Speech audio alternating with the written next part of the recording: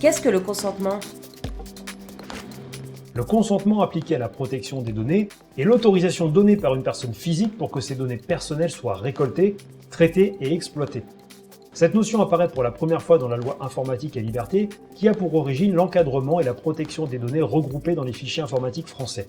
C'est la CNIL, Commission nationale de l'informatique et des libertés, qui veille au respect de toutes les règles énoncées dans la loi.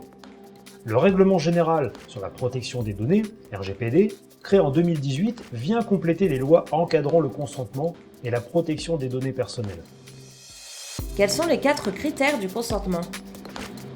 Pour être valide, le consentement doit respecter 4 critères. Il doit être libre, spécifique, éclairé et univoque. La personne physique concernée par l'exploitation des données personnelles, la concernant, doit pouvoir donner son consentement librement. C'est-à-dire qu'elle ne doit en aucun cas être forcée ou influencée. Le critère spécifique s'applique ici au traitement des données. Un consentement doit concerner le traitement particulier d'une même donnée.